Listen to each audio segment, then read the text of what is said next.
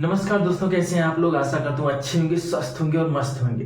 तो हम बात कर रहे थे भारतीय संविधान के विकास के बारे में, किस तरह से अंग्रेजों के द्वारा हमारे भारतीय संविधान का विकास हुआ था, या फिर ये कह सकते हैं कि अंग्रेजों के द्वारा किस तरह से कानून बनाया गया था हमारे ऊपर शासन करने के लिए, और वही कानून हमने बाद में उनकी उन्हीं के कानून का अनुसरण किया और अपने संविधान में उसको कॉपी पेस्ट किया। तो हम बात कर रहे थे कब, ईस्ट इंडिया कंपनी के द्वारा किस तरह से कानून बनाया गया था। तो हम चार्टर्ड एक्ट 1833 के बारे में बात कर रहे थे। इसके पिछले लेक्चर में हमने उसमें ये बताया था किस तरह से 1833 में एक सेंट्रलाइज्ड फॉर्म में ईस्ट इंडिया कंपनी भारत में शासन करने लगती है। तो आज हम उसके बारे में बात कर चुके हैं, जो उसके आगे हम चलेंगे। अब हम आते हैं चार्टर्ड एक्ट 1853 के बारे में। अब देखिए, चार्टर्ड एक्ट 1853 के बारे में जब भी हम बात करते हैं तो जो चार्टर्ड एक्ट आता है, एक चीज ध्यान दीजिएगा कि जब भी चार्टर एक्ट आप सुनिएगा तो उसमें एक समझिएगा कि 20-20 साल बाद ये एक्ट आ रहा था।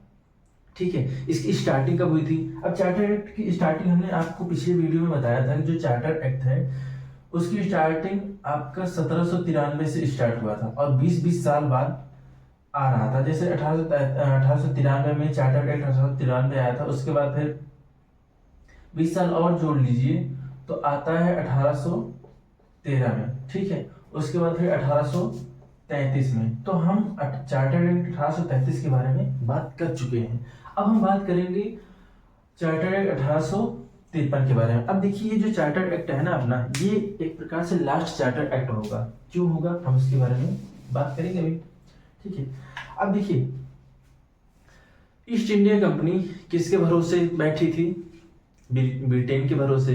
ब्रिटेन की जो सरकार थी, जब तक चाहती है ईस्ट इंडिया कंपनी भारत में शासन करेगी, उसके बाद अब ईस्ट इंडिया कंपनी जो एज ए ट्रेडर जो आई थी, एज ए एडमिनिस्ट्रेटर बन गई है। अब ये क्या करेगी, पहले तो ट्रेड कर रही थी, ठीक है, उसके बाद ट्रेड से इसको हटा के बोला गया कि आप शासन करिए, आपको ट्रेड नहीं करने दिया जाएगा। अब यहाँ पे ईस्ट इंडिया कंपनी का एक प्रकार से वजूद मिटने वाला है धीरे धीरे। अब यहाँ पे क्या होगा, अब जो ब्रिटेन की गवर्नमेंट डायरेक्ट रूल करेगी कहाँ पे, इंडिया पे, और ये जो ईस्ट इंडिया कंपनी उसको हटा देगी। अब देखिए, चार्टर 1853 में हुआ क्या। पहली बात तो हमने ये कहा कि जो चार्टर एक्ट 1853 आया था, अब इसके बाद कब आता, अगर ये चार्टर एक्ट 20-20 साल बाद आता तो देखिए 1853 में आया, ठीक है। अब इसके बाद अगर आता तो 20 साल जोड़िए, तो ये आता कब, 73 में। लेकिन क्या होता है, हमने आपको पिछले वीडियो में बताया था कि 1857 में क्या होता है ना, प्रथम स्वतंत्रता संग्राम हो जाता है।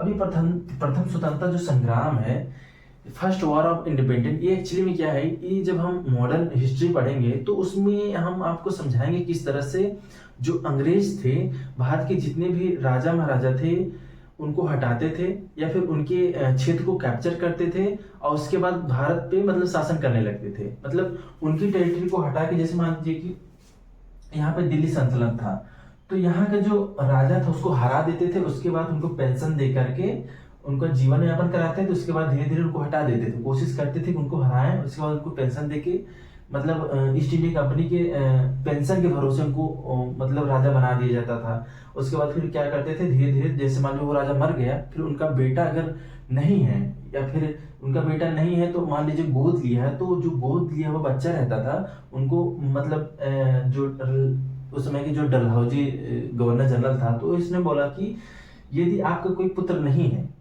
तो आप क्या करेंगे, आपका जो वंशज है वो शासन नहीं कर सकेगा। जैसे आपने सुना होगा झांसी की जो रानी थी लक्ष्मीबाई, तो उनके साथ भी ऐसे ही हुआ था। क्योंकि उन्होंने क्या किया, उनका कोई पुत्र नहीं था, तो उन्होंने एक दत्तक पुत्र लिया था, तो उनको क्या किया था, कि उनको हटा दिया था। इसीलिए क्या होता, अब यही जो है ना 1857 आते आते क्या हुआ। अब देखिए, 1833 में हमने आपको बताया था कि भारत के लगभग जो क्षेत्र था कैप्चर कर लिया जाता है, किसके द्वारा, ईस्ट इंडिया कंपनी के द्वारा। अब ये लगभग मतलब पूरा ईस्ट इंडिया कंपनी द्वारा जब कैप्चर कर लिया जाता है, अब क्या है, पहले क्या हुआ, देखिए, जब बंगाल पे कब्जा हो रहा था तो इधर के जितने भी शासक थे तो उतना ज्यादा जोर नहीं ले रहे थे। अब क्या था कि ऐसा नहीं था कि उस समय क्या कोई ऐसा सेंट्रलाइज्ड गवर्नमेंट थोड़ी थी भारत में, सब अलग अलग राजा अपने अपने हिसाब से राज करते थे। जैसे मान लीजिए मराठा साम्राज्य जो था, 1861 की बात है, जो एकदम पीक पे था। मतलब उस समय जो दिल्ली सल्तनत थी एकदम कमजोर हो चुकी थी। मराठा साम्राज्य जो था उसको लग रहा था, मतलब इधर से लेकर पूरा ये वाला पूरा बिल्ड कर मतलब कैप्चर कर लिया था। उसको ये लग रहा था कि 1861 में जो क्या कहते हैं प्लासी का युद्ध हुआ था, मतलब 1761 में जो प्लासी का तृतीय युद्ध हुआ था, उसमें क्या हुआ था, मराठा प्लस अफगान के साथ युद्ध हुआ था, अहमद शाह अब्दाली के साथ। लेकिन क्या होता है कि अहमद शाह अब्दाली से जो मराठा साम्राज्य ने बुरी तरह से हार जाती है। अब जिससे क्या होता है कि आप समझ लीजिए यहाँ पे इसकी मैक्सिमम जो सेना थी मर जाती है। अब उसके बाद क्या है कि अब जैसे ही हारती जो मराठा साम्राज्य पूरा मतलब फिर आके यहीं पे सिकुड़ जाती है। अब क्या होता है कि अब कोई ऐसा उस समय कोई राजा नहीं था जो ईस्ट इंडिया कंपनी को हरा सके। ईस्ट इंडिया कंपनी यहाँ पे बंगाल में कैप्चर करते जा रही थी, ठीक है। यहाँ का जो मतलब उस समय का जो बंगाल का नवाब था 1757 और 1764, मतलब प्लासी की युद्ध प्लस बक्सर की युद्ध में हार जाता है। अब धीरे धीरे बंगाल को कैप्चर कर लेता है, मतलब 1764 के बाद। उसके बाद फिर यहाँ से विस्तार होने लगता है, जो ईस्ट इंडिया कंपनी पूरा मतलब 1733 तक पूरा लगभग इंडिया को कैप्चर कर लेती है। अब जो भी छोटे मोटे राजा बने थे वो भी थे, लेकिन उनके पेंशन की सहायता से मतलब जीवित थे, मतलब उनको राजा के पद से हटा दिया गया था। जो भी थे कठपुतली के हिसाब से थे, या फिर जो ऐसे राजा थे जो मतलब शासन कर भी रहे थे वो ईस्ट इंडिया कंपनी के अधीन काम कर रहे थे, मतलब आप शासन करिए उस समय लेकिन हमको टैक्स चाहिए, ठीक है, ऐसा शासन हो रहा था। अब 1857 में क्या है कि 1857 आते आते क्या हुआ कि जितने भी राजा हैं उनको बाद में पता चलता है कि यार हम लोग तो गुलाम हो चुके हैं। मतलब स्टार्टिंग में जैसे मान लीजिए पहले क्या थे ना, आपस में लड़ रहे थे, ठीक है। मराठा साम्राज्य अगर यहाँ पे अहमद शाह अब्दाली से लड़ने गया था जो विदेशी आक्रांता थी, तो यहाँ पे और राजा साथ नहीं दे रहे थे, उसमें भी घुसपैठ कर लेते थे, ठीक है। मतलब कि अगर इनके साथ में जो मराठा साम्राज्य था उनके साथ में भी मतलब धोखाधड़ी हो गया था। मराठा साम्राज्य मतलब मराठा साम्राज्य उस समय पीक पे थी, इनकी सेना जो गई थी उसमें भी जो क्या कहते हैं सुजाउद्दौला था, वो क्या उसकी जो 5000 की सेना थी ना, वो क्या की मतलब एक प्रकार से क्या धोखा दे दी। मतलब ऐन मौके में जब जरूरत पड़ी तो मतलब एक प्रकार से इनके पक्ष में हो गए। तो ऐसा हुआ मतलब कि उस समय जितने भी राजा थे वो एक पक्ष में नहीं थे कि एक पक्ष होके कि हाँ यहाँ पे ईस्ट इंडिया कंपनी आई है उसका प्रभुत्व ज्यादा बढ़ रहा है तो हम लोग मिल करके अटैक करते हैं। तो क्या हुआ था, मतलब आपस में लड़ते रहते थे। इनको बाद में पता चला कि यार हम लोग तो गुलाम हो चुके हैं। अब जब उनको होश आया कि नहीं यार हम लोग तो गुलाम हो चुके हैं, अब हमको एकत्रित होना है। अब किसके मतलब अगेंस्ट हमें काम करना है, ईस्ट इंडिया कंपनी के। जब तक ये मतलब ईस्ट इंडिया कंपनी के अगेंस्ट होते तब तक ईस्ट इंडिया कंपनी एकदम मतलब एक प्रकार से बहुत ज्यादा पावरफुल हो चुकी थी। अब यहाँ पे 1857 की क्रांति में क्या होता है कि जितने भी राजा महाराजा हैं अब सहमति भी बनाते हैं, लेकिन ठीक से सहमति भी नहीं बनती है कि मतलब कि सब लोग एक साथ एकत्रित होकर अटैक करना है, ठीक है। कोई किस तारीख को मतलब अब यहाँ पे जैसे दिल्ली के सल्तनत के जो उस समय के जो अंतिम नवाब थे तो वो किस तारीख को मतलब अटैक करना है, और यहाँ के जो मराठा यहाँ पे झांसी मतलब झांसी की जो रानी है उनको किस तारीख अटैक करना, सब मतलब अलग अलग दिन अपना अटैक कर रहे हैं। मतलब किसको कहाँ अटैक करना कोई मतलब ऐसा नहीं है कि मतलब एक साथ अटैक करना है, कहाँ पे अटैक करना है, कुछ कोई प्लानिंग नहीं है। अब नहीं प्लानिंग थी तो वही होता है, जो अंग्रेज थे जितने भी मतलब विद्रोह किए थे जितने भी राजा महाराजा उन सबको दबा दिया जाता है, मतलब बहुत खतरनाक। अब देखिए कोशिश करते हैं, लेकिन इनका क्या था ना कि मतलब जो भारत के उसमें जो लोग थे वो ऐसा नहीं मतलब एक प्रकार से मतलब सेंट्रलाइज होके नहीं मतलब लड़ पाए, मतलब कि हाँ मतलब एक सहमति होके नहीं लड़ पाए, इसलिए हार गए थे। तो 1857 में मतलब एक प्रकार से विद्रोह होता है, बहुत खतरनाक होता है। मतलब जितने भी लोग थे मतलब जितने भी राजा महाराजा प्रजा जितने भी लगभग, अब इसमें भी ऐसा है कि उस समय जब मतलब जितने भी राजा महाराजा थे तो उसमें भी ये हो रहा था कि अगर मान लीजिए ईस्ट इंडिया कंपनी हारी तो हम राजा किसको बनाएंगे। अब उसमें भी आपस में लड़ गए कि नहीं हम बनेंगे, इसमें भी सहमति नहीं बन पाई। तो उस समय के जो जमींदार थे ना, जितने भी बड़े बड़े जमींदार थे ना उस समय क्या थे, अब देखिए जमींदार जितने लोग पैदा हुए थे उसके पहले जमींदार नहीं होते थे। जो ईस्ट इंडिया कंपनी जब से आई तो जमींदार क्या किए ना, जो जमींदारी पथल आई थी उसमें क्या हुआ कि कुछ मतलब गांव या फिर तहसील टाइप के जितने भी मतलब बड़े बड़े क्षेत्र थे उनको मतलब एक प्रकार से वो जमीन दे दिया जाता था और वो अपने हिसाब से वो काम करवाता था और उनको टैक्स देता था। मतलब खेत में कैसे काम करना है, किस तरह से करना है, उससे मतलब उनको मतलब नहीं था ब्रिटेन वालों को। उनको ये मतलब था हमको टैक्स चाहिए, बस हमको मतलब 50% चाहिए, 30% चाहिए, वो अपना डिसाइड कर देते थे। अब जमींदार किस तरह से उनको उगाई करके ले आएगा, उनसे कोई मतलब नहीं था। इसीलिए जो जमींदार थे ना, जितने भी जमींदार थे वो क्या थे, जब 1857 की क्रांति होती है ना, तो अंग्रेजों के पक्ष में चले जाते हैं। इससे क्या होता है ना कि मतलब कि पहली बात तो राजा जितने भी आपस में सहमति नहीं बन पाती है कि भाई हम ये किसके लिए लड़ना है। मान लीजिए कि ईस्ट इंडिया कंपनी हार गई तो कौन बनेगा, दिल्ली सल्तनत का, या फिर मराठा साम्राज्य का, या फिर यहाँ का बंगाल का नवाब का, या फिर झांसी की रानी, कोई मतलब ऐसा नहीं था। ठीक है, लास्ट में ये होता है कि चलो जो बंगाल के मतलब सॉरी जो दिल्ली सल्तनत के अंतिम नवाब थे, क्या कहते हैं उनका नाम क्या था यार, बहादुर शाह जफर नाम के थे, अभी बहादुर शाह द्वितीय नाम के थे। तो उनको क्या किया जाता है कि जब यहाँ पे मतलब ये डिसाइड किया जाता है कि ठीक है हम पुरानी व्यवस्था लाएंगे, जो मुगल सल्तनत है उसी की हम मतलब पुरानी व्यवस्था लाएंगे। तो यहाँ पे जब जफर मतलब बहादुर शाह को बैठाया जाता है यहाँ पे, उस समय बहादुर शाह जो थे ना वो भी एकदम बूढ़े हो गए थे, मतलब मरने के कगार पे थे। ठीक है, तो उनके जो सहयोगी थे तात्या टोपे, तो वो बोले कि चलो ठीक, मतलब एक प्रकार से सेना नायक थे। तो उनको बोले चलो ठीक है, अब मुगल साम्राज्य मतलब फिर से आएगी, अगर मतलब ईस्ट इंडिया कंपनी हारती है तो फिर दिल्ली सल्तनत आएगी। लेकिन ये अपने से डिसाइड कर लिए, और जितने राजा थे ऐसा थोड़ी वो सब सहमति बना दिए। अब इसमें क्या होता है कि अब ईस्ट इंडिया कंपनी वर्सेस जितने भी इंडियंस थे, मान सकते हैं जो मतलब इंडियंस थे, यहाँ पे मतलब लड़ाई होती है और अलग अलग फ्रंट पे होती है। मतलब जैसे दिल्ली में हो रहा है, ठीक है, और यहाँ पे अपने कलकत्ता में अलग हो रहा है, इलाहाबाद में अलग हो रहा है, ठीक है, लखनऊ में अलग हो रहा है। जितने भी छोटे छोटे राजा थे अपना सब विद्रोह कर दिए हैं।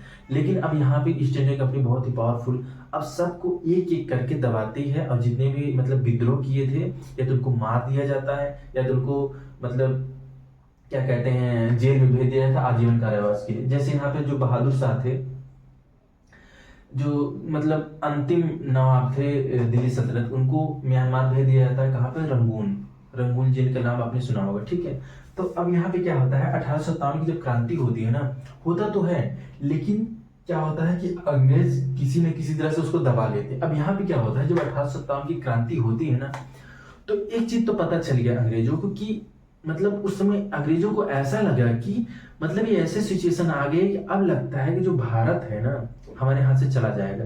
अब हम भारत पे मतलब कंट्रोल खो बैठेंगे, मतलब ऐसी सिचुएशन आ गई थी। लेकिन किसी न किसी तरह से मतलब इंडियंस को हरा लेते हैं। ठीक है, तो 1800 चार्टर एक्ट 1853 पे जब आता है, अब यहाँ पे इसके बाद जो एक्ट आने वाला रहता है 1700 मतलब 73 में आता है। लेकिन क्या होता है, आता नहीं है। क्यों नहीं आता, क्योंकि यहाँ पे विद्रोह हो जाता है।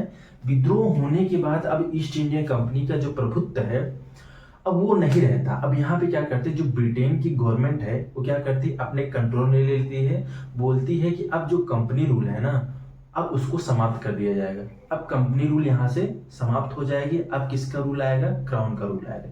एक मिनट रुकिए।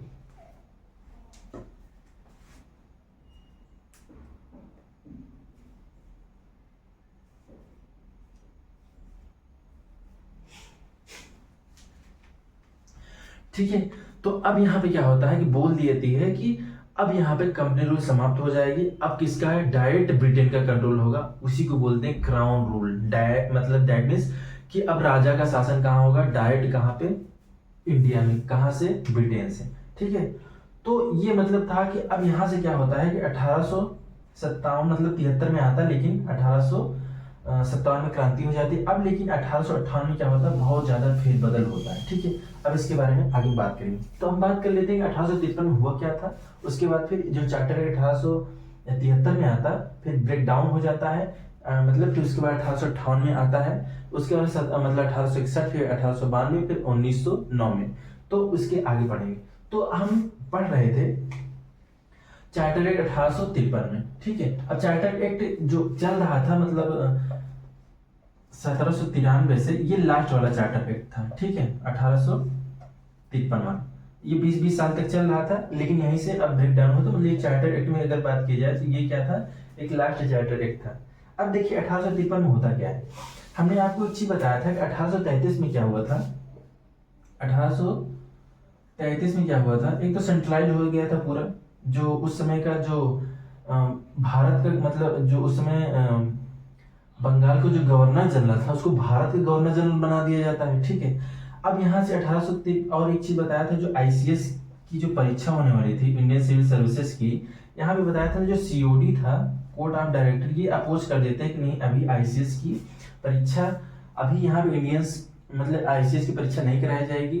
जो मतलब परीक्षा हो रही थी वो ब्रिटेन से ही होगा, जितने भी अधिकारी आएंगे ब्रिटेन से ही आएंगे, अभी इंडियंस की कोई मतलब यहाँ पे भागीदारी नहीं होगी।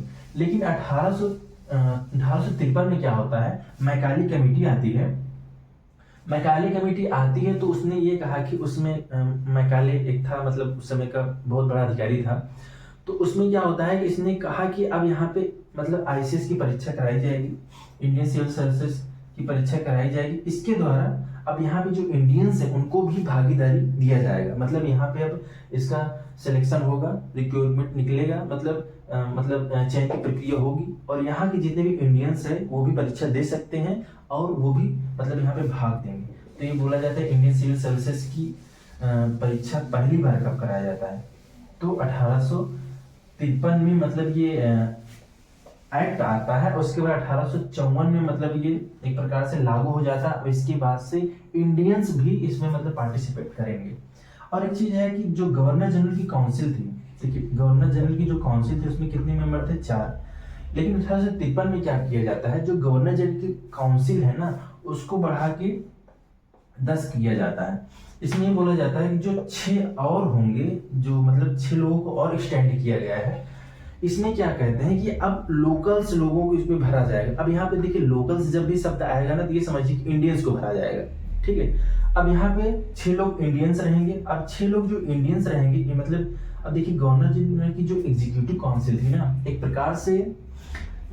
प्रकार से सलाहकारी समिति थी, जो गवर्नर जनरल को कैसे काम करना है उसको एडवाइस देती थी, ठीक है, एडवाइस देती थी। जैसे आज के जैसे प्राइम मिनिस्टर हैं, ठीक है, प्राइम मिनिस्टर जो भी वो डिसीजन लेते हैं, लेकिन उनके पास रहते हैं ना उनके जो सचिव रहते हैं वो सब सलाह देते हैं, तो ऐसे समझिए।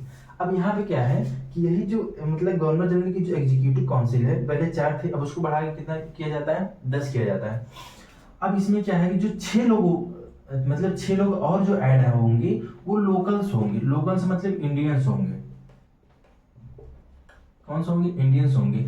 और इंडियंस में ये समझिए कि इंडियंस में कौन होंगे, पहली बात ये डिसाइड किया गया कि यहाँ जो उस समय की जो प्रेसिडेंसी थी, एक तो अपनी मुंबई वाली प्रेसिडेंसी हो गई ये वाली, ठीक है, दूसरा जो मद्रास वाली प्रेसिडेंसी हो गई, और तीसरा जो है अपना ये बंगाल वाली प्रेसिडेंसी हो गई, और जो चौथा आगरा वाली प्रेसिडेंसी। 4 लोग तो इसमें से होंगे, मतलब ये हो गए अपनी मुंबई, ठीक है, मद्रास और ये बंगाल और आगरा, 4 लोग तो यहीं से होंगे।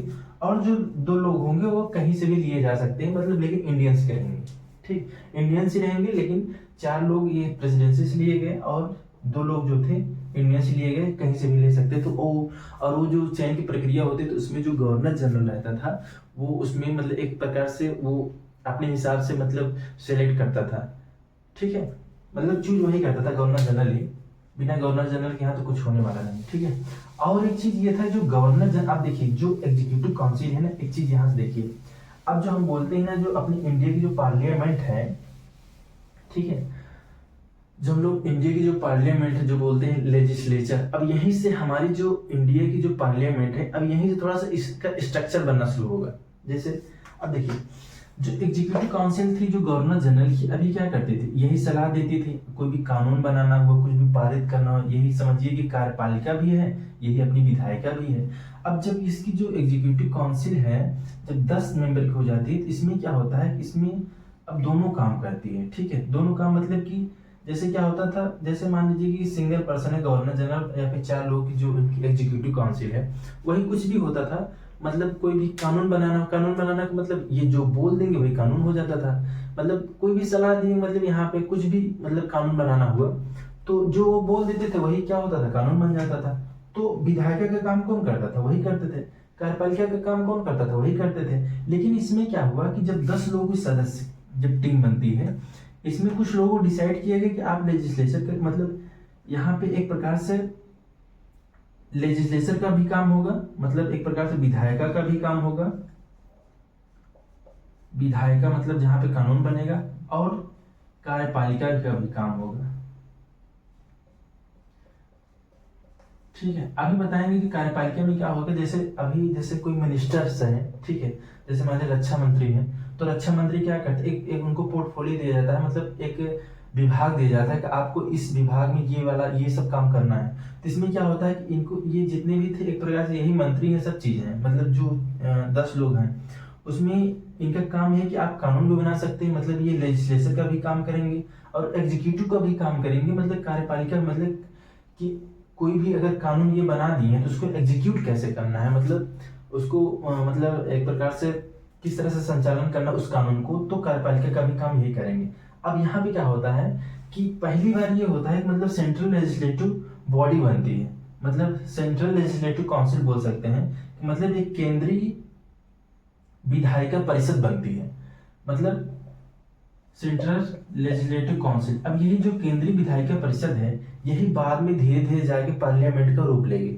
देखिए, सेंट्रल लेजिस्लेटिव असेंबली मतलब केंद्रीय विधायिका परिषद। अभी जो काउंसिल थी, ये वाली जो काउंसिल थी 4 ही मेंबर की थी, अभी क्या होगी, यही धीरे धीरे ना एक्सपेंड होगी, अभी 10 होगी, ठीक है, फिर उसके बाद क्या कहते हैं 31 होगी, ऐसे ऐसे मतलब बढ़ते हुए जाए। जैसे अभी इस समय अगर देखा जाए अपनी जो पार्लियामेंट है, अपने उसमें अभी तो लोकसभा राज्यसभा बन गए हैं, तो इसमें अभी क्या है, अभी ये जो अपने गवर्नर जनरल की जो एग्जीक्यूटिव काउंसिल है, यही समझिए बाद में जो अपना है ना, ये अपनी जाकर लोकसभा बनेगी। जैसे मान लीजिए 545 अभी अपने लोकसभा में सीट हैं, तो यही बाद में जाके बनेगी।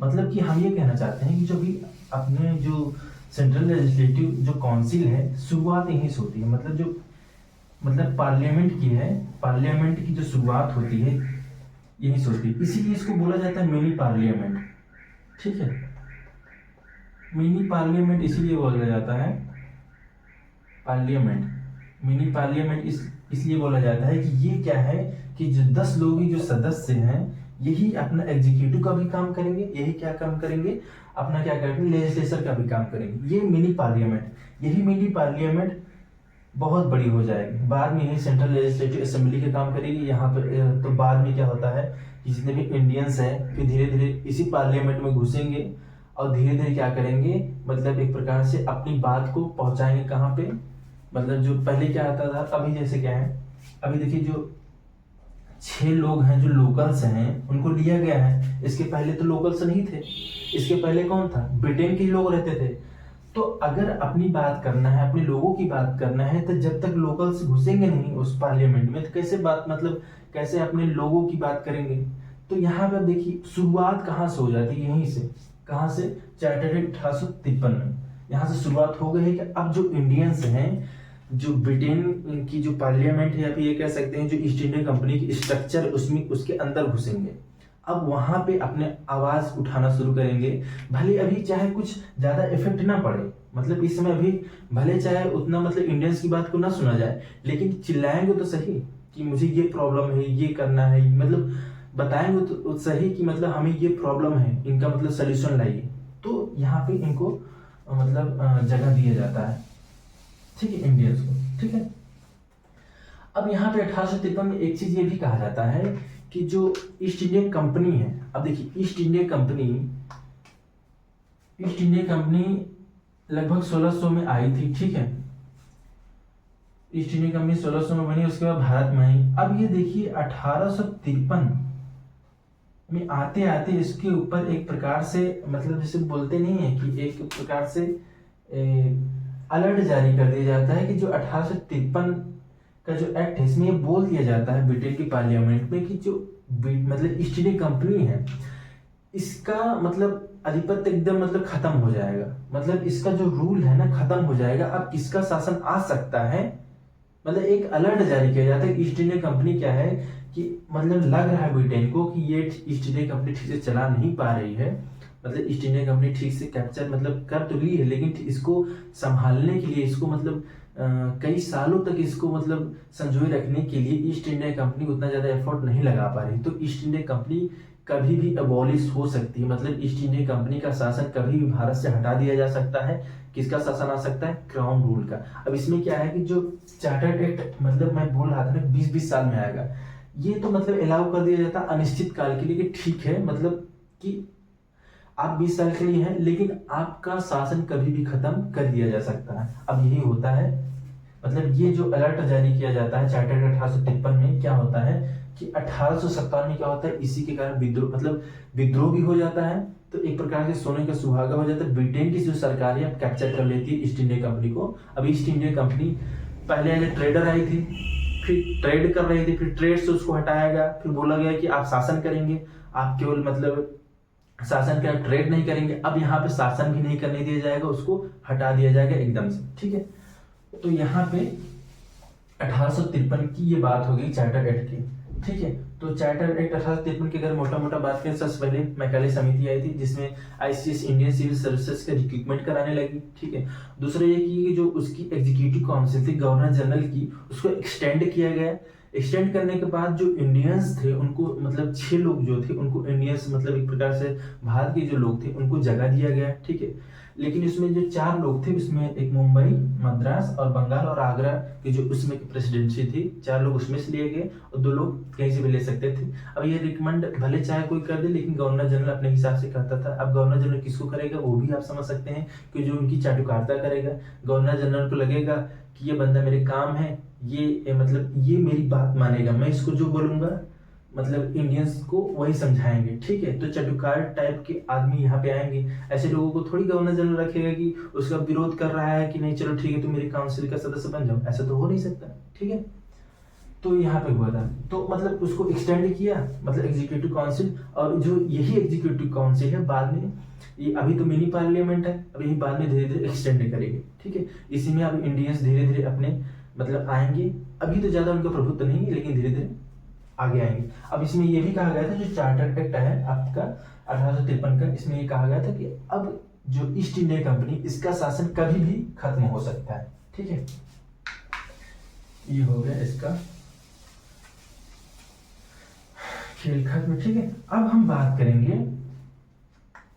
1857 की बात में हम बात कर लिए मोटा मोटा।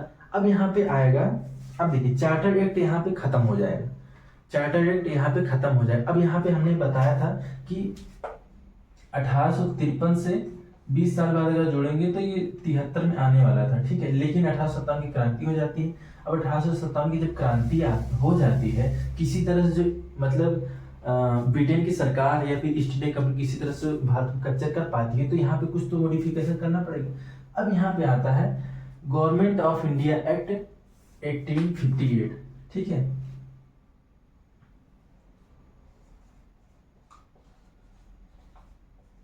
Government of India act 1858। अब देखिए 1858 कब आएगा? 1857 की जैसी क्रांति होगा तभी आएगा।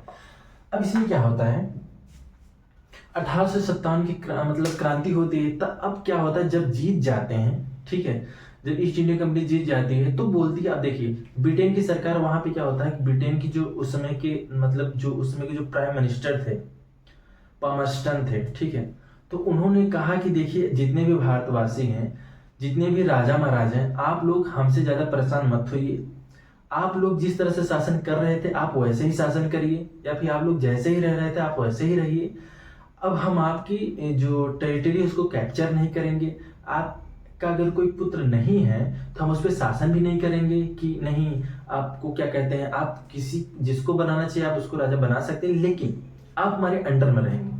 आप हमारे अंडर में रहेंगे, हम आपको मतलब एक प्रकार से फ्लेक्सिबल बनाएंगे, मतलब कि आप जैसा रहना चाहते वैसे रहिए, लेकिन आप हमारे अंडर में रहेंगे, आप हमको टैक्स देंगे। अगर कोई राजा है किसी क्षेत्र में राज्य कर रहा है तो वो राज्य करता रहेगा, लेकिन वो हमको टैक्स देगा। जितने भी एक्सटर्नल पावर्स हैं मतलब विदेशी, मतलब अगर रक्षा के मामला हो या फिर विदेशी मतलब विदेश मतलब मान लीजिए कि किसी इंटरनेशनल रिलेशनशिप का मामला हो, मतलब जैसे मान लीजिए कि भारत चाइना से कोई संवाद करना चाहता हो तो कौन करेगा? ब्रिटेन ही करेगा। रक्षा को कोई मामला हो, मान लीजिए भारत पे कोई आक्रमण कर रहा है तो कौन करेगा? ब्रिटेन ही संभालेगा।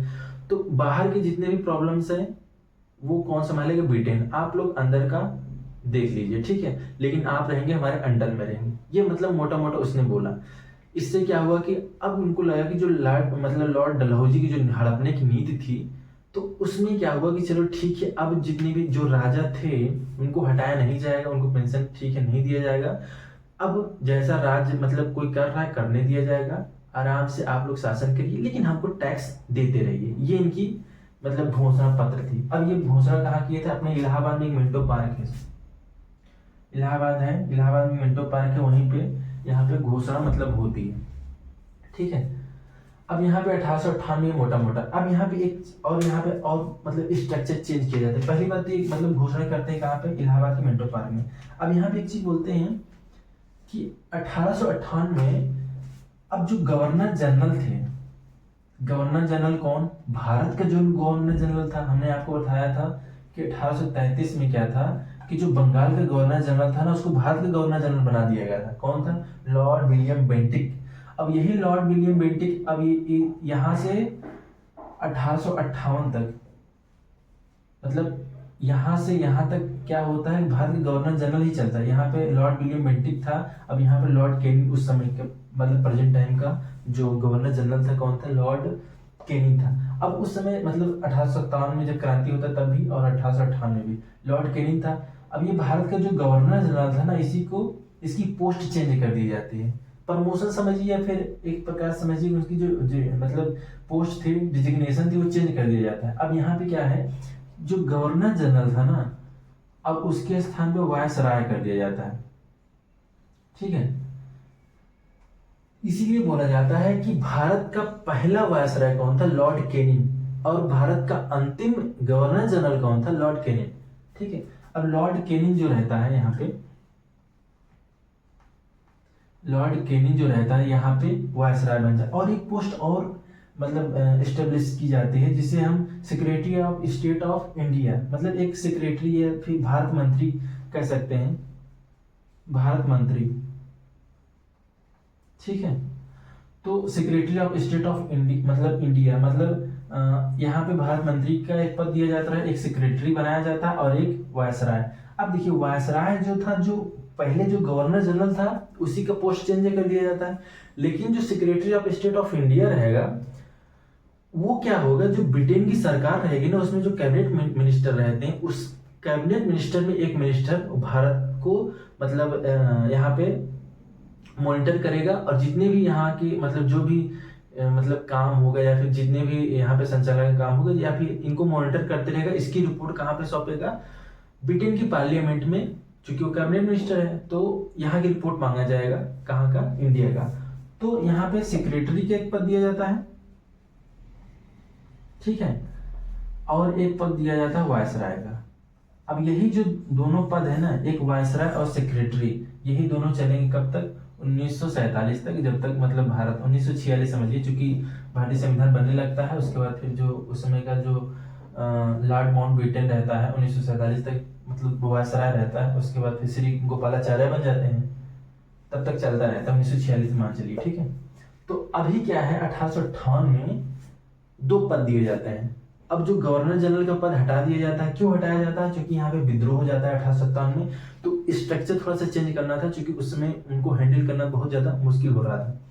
तो यहाँ पे एक तो वायसराय बना दिया जाता है, ठीक है, दूसरा secretary of state of India, जिसे हम सेक्रेटरी कह सकते हैं, भारत मंत्री कह सकते हैं। ये सेक्रेटरी कौन होता था? ब्रिटेन का कैबिनेट मिनिस्टर होता था, जो यहाँ की रिपोर्ट को सौंपता था कहाँ पे? ब्रिटेन में जाके। और वायसराय कौन था? वही जो इस समय लॉर्ड केनिंग था, भारत का जो गवर्नर जनरल था, वो इसी को वायसराय बना दिया जाता है, ठीक है। ये पहला स्ट्रक्चर चेंज हुआ था 1858 में। अब यहाँ पे कह सकते हैं जो 1858 में क्या हुआ था कि एक वायसराय का पद दिया गया था, ठीक, और दूसरा सेक्रेटरी का, ठीक है। ये एस्टेब्लिश किया जाता है। और दूसरा ये किया जाता है, अब यहाँ पे देखिए जो वायसराय है ना, अब देखिए जो अपना वायसराय है, इसकी जो एग्जीक्यूटिव काउंसिल थी अभी क्या थी? 10 ही थी, ठीक है। 10 हो गई थी ना, पहले 4 थी फिर 6 बढ़ गई। अब सेक्रेटरी ऑफ स्टेट भी जो जो काम करेगा ना उसके पास भी तो एक काउंसिल होनी चाहिए ना। काउंसिल होनी चाहिए मतलब जो सेक्रेटरी ऑफ स्टेट है ऐसा थोड़ी अकेले काम कर लेगा, तो उसको भी एक 15 सदस्यों की एक टीम दी जाती है।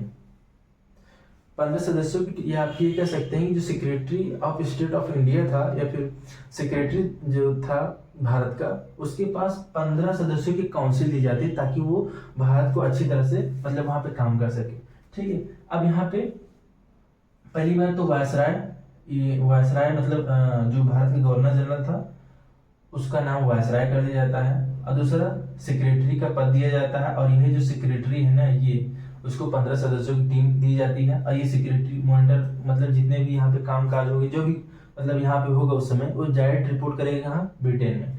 और ये बोला गया था कि अब यहाँ पे जो हड़पने की नीति थी जो लॉर्ड डलहौजी की, अब यहाँ पे समाप्त कर दिया जाएगा। आप चाहे जिस तरह से आप हैं वैसे ही रहिए, लेकिन हम आपके ऊपर शासन करेंगे, आप हमको टैक्स देंगे, जितने भी रेगुलेशन का काम होगा हम ही करेंगे, आप हमारे अंडर में रहेंगे, मतलब ब्रिटेन के अंडर में रहेंगे, कुछ भी करिए लेकिन आप ब्रिटेन के अंडर में रहेंगे।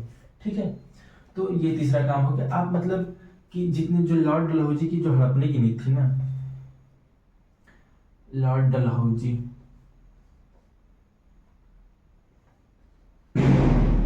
इसको क्या किया जाता है, समाप्त कर दिया जाता है। ठीक है, इसको क्या किया जाता है, लॉर्ड डलहौजी की नीति को समाप्त कर दिया जाता है। अब ये किस तरह से काम करने लगता है, एक प्रकार से अब भारत काम मतलब अब किसके अंडर में काम करेगा, वायसराय के अंडर में काम करेगा। ठीक है, तो ये 1858 की ये नीति थी। अब इसके बाद जो अपना आता है 1858 के बाद, अब यहाँ पे देखिए एक ये वाला जब मतलब ये गवर्नमेंट ऑफ इंडिया एक्ट 1858 आता है, तो इसमें बोला जाता है कि जो ब्रिटेन की सरकार बोलती है ये है मतलब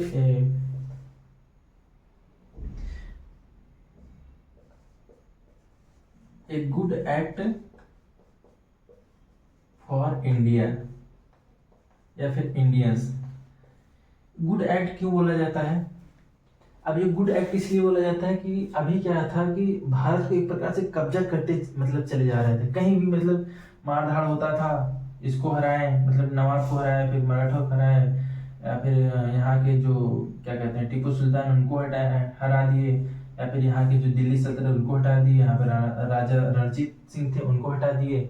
ठीक है, तो अवध के नवाब थे उनको हटा दिए, सबको हटाते जा रहे थे, मतलब इनकी कोई सीमा ही नहीं थी, एकदम मतलब शोषण करते हुए जा रहे थे। अभी क्या बोलते हैं कि हम स्थिर हो गए हैं, अब हम आपको बहुत ज्यादा तंग नहीं करेंगे, हम आपके ऊपर शासन करेंगे, छोटा सा अमाउंट लेंगे, हम आपसे टैक्स लेंगे और आप जैसा है वैसा करेंगे, हम आपका विकास भी करेंगे। एक प्रकार से हम आपके ऊपर शासन ऐसे ही करेंगे जैसे आपकी कोई सरकार आपके जैसे आपकी कोई राजा आपके ऊपर शासन कर रहा है। ठीक है, इसी तरह से हम आपके ऊपर शासन करेंगे। तो इसलिए बोलते हैं a good act for Indians. कौन, ये 1858 का जो गवर्नमेंट ऑफ इंडिया एक्ट 1858 आता है।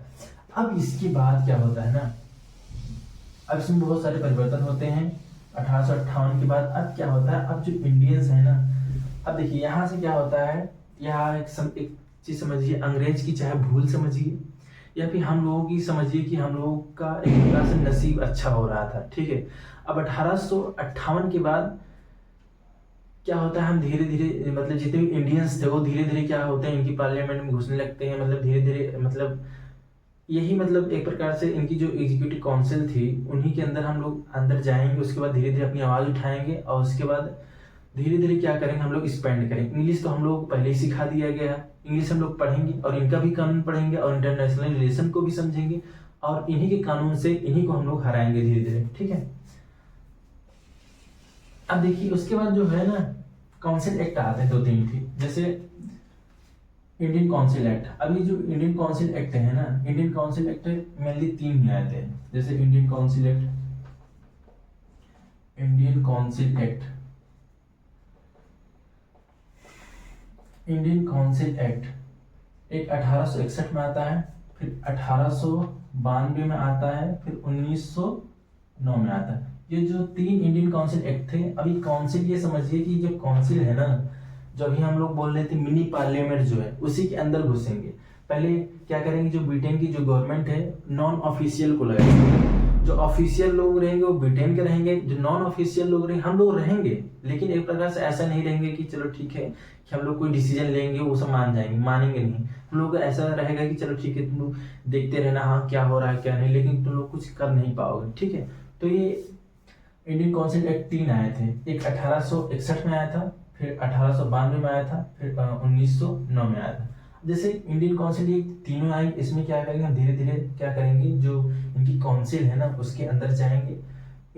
ये खुद सुधार करते हैं, पहली बात ये खुद सुधार करते हैं, उसके बाद हम लोग खुद उसके अंदर जाते हैं और धीरे धीरे क्या करते हैं कि हम अपना एक प्रकार से अपनी आवाज़ को उठाते हैं और इनकी पार्लियामेंट में मतलब अब इनकी पार्लियामेंट में अपनी आवाज़ उठाते हैं और उसके बाद धीरे धीरे इनकी पार्लियामेंट को कैप्चर करते हैं, ठीक है। तो इंडियन काउंसिल एक्ट हम अगले वीडियो में पढ़ेंगे और समझेंगे किस तरह से हमारी बात को मतलब पार्लियामेंट में ले जाया गया और उसके बाद हमारी बात को उठाया गया। अब ये जो पार्लियामेंट में हम लोग जो बात करेंगे वो जाके ब्रिटेन में गूंजेगी।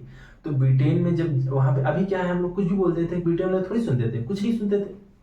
अब जब हम लोग पार्लियामेंट में जाएंगे, चाहे हंगामा करेंगे, कुछ भी करेंगे, अपनी आवाज़ को उठाएंगे, तो क्या करेंगे धीरे धीरे ब्रिटेन तक आवाज़ पहुंचेगी और उसके बाद हम लोग अब ब्रिटेन तक आवाज़ पहुंचेगी। उस समय क्या होगा कि जो इंटरनेशनल मीडिया है, ये जैसे यहाँ पे कोई अगर बवाल होता था ना इंडिया में, तो जो दूसरे देश थे वो उनका मजाक उड़ाते थे कि देखिए ये क्या है कि ब्रिटेन मतलब भारत के लोग नहीं चाहते हैं, फिर भी ये लोग उनको जबरदस्ती शासन कर रहे हैं, उनको प्रताड़ित कर रहे हैं, ऐसा कर रहे हैं। मतलब इसलिए क्या होती है, जो ब्रिटेन की गवर्नमेंट थी उनकी जो एक प्रकार से मतलब इज्जत जो है धूमिल होती थी। इज्जत मतलब से उनकी रिपोर्टेशन डाउन होती थी कि यार देखो इंडियंस को मतलब वहाँ पे कब्जा किया। जैसे होता नहीं है कि आप किसी के ऊपर मतलब प्रताड़ित करें, उसको मतलब बंदी बना दें, अगर वो मान लीजिए आपकी वो अपनी इच्छा के अनुसार है तब तो ठीक है, अगर उनको बंदी बनाया गया है तो क्या होती है, उनकी इमेज डाउन होती थी। इसलिए क्या होता है, ब्रिटेन दबाव में आएगा धीरे धीरे, ठीक है। तो अब क्या करेंगे हम लोग, इसकी आगे बात करेंगे। ये वीडियो बहुत ज़्यादा लंबा हो रहा है, इसलिए आज की जो वीडियो है यहाँ पे समाप्त करते हैं। आपको कैसा लगा प्लीज़ कमेंट बॉक्स में जरूर बताइएगा। आज के लिए इतना ही, धन्यवाद।